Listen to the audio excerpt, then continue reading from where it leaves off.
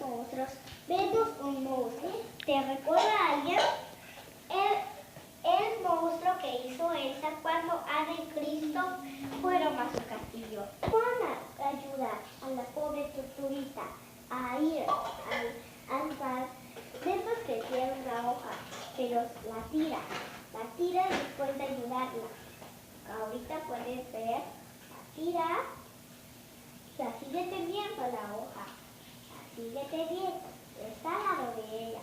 Pero si vemos la película, vean, muy ojos abiertos. Vean que cuando está avanzando, porque el malo se deja agarrar algunas piedras, caracolas, la hoja ya no está. Cuando Moana agarra una caracola y el mar se está yendo, cuando pasa para agarrar